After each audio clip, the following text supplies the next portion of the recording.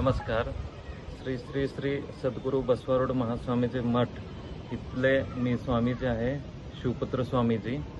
काल सकाळी आमच्या पुजारी इथं पूजा करत असताना एक महिला आली आणि त्याला चिठ्ठी द्यायचा प्रयत्न केली. 2-3 वेळा इथं बाहेर राऊंड मारत होती ती आणि ह्याला बघितलं तिनं बोलवली इथं ये म्हणून.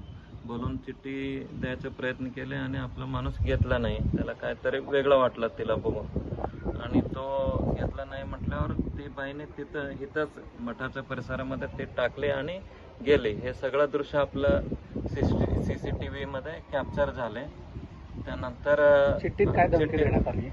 चिठ्ठी उघडून बघितल्यावर त्यात असं लिहिलं होतं की मंदिर को उडाने वाले हैं.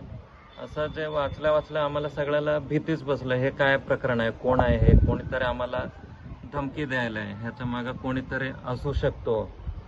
तर हे काय प्रकरण नेमकं आम्हाला काय लक्षात येणं झालं. ताबडतोब आम्ही डिपार्टमेंटला कळवलं आणि त्यांचं सगळं चौकशी हे ते चालू आहे. पण ह्या चिठ्ठीमागं जे कोणी अदृश्य शक्ती म्हणा, जे कोणी माणूस असेल ते काय आहे ते पुढे यायला पाहिजे.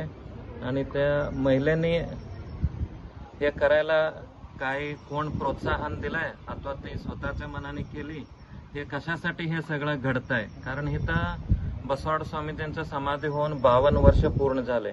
आजपर्यंत आपल्याला एकही तक्रार नव्हतं. हे पहिल्यांदा आपल्या मठाला चिठ्ठी आलेलं आहे. पण ह्या चिठ्ठी मागं काय संदेश आहे हे आम्हाला पण सगळ्या आपल्या भक्त लोक पण विचारत आहेत की हे काय चाललंय. ते आहे की ह्याचा सखोल तपास व्हायला पाहिजे आणि सरकार आणि हे आपलं डिपार्टमेंट ह्याच्यावर योग्य ते कारवाई केले पाहिजे.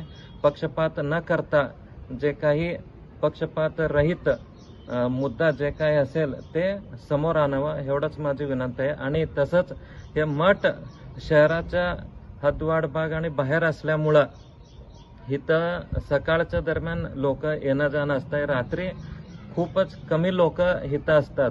त्यामुळं हे सगळं आत्ताचं जे वातावरण बघतो हे बघता आम्हाला असं वाटतं की मठातल्या लोकांना सगळ्यांना की मठाला सरकारकडनं काही ना काही संरक्षण भेटलं पाहिजे. भविष्यात आता चिठ्ठी आलाय, भविष्यात काय येईल आपल्याला माहीत नाही. त्यामुळं संरक्षण द्यावं सरकारने, असं मी सरकारला विनंती करतो.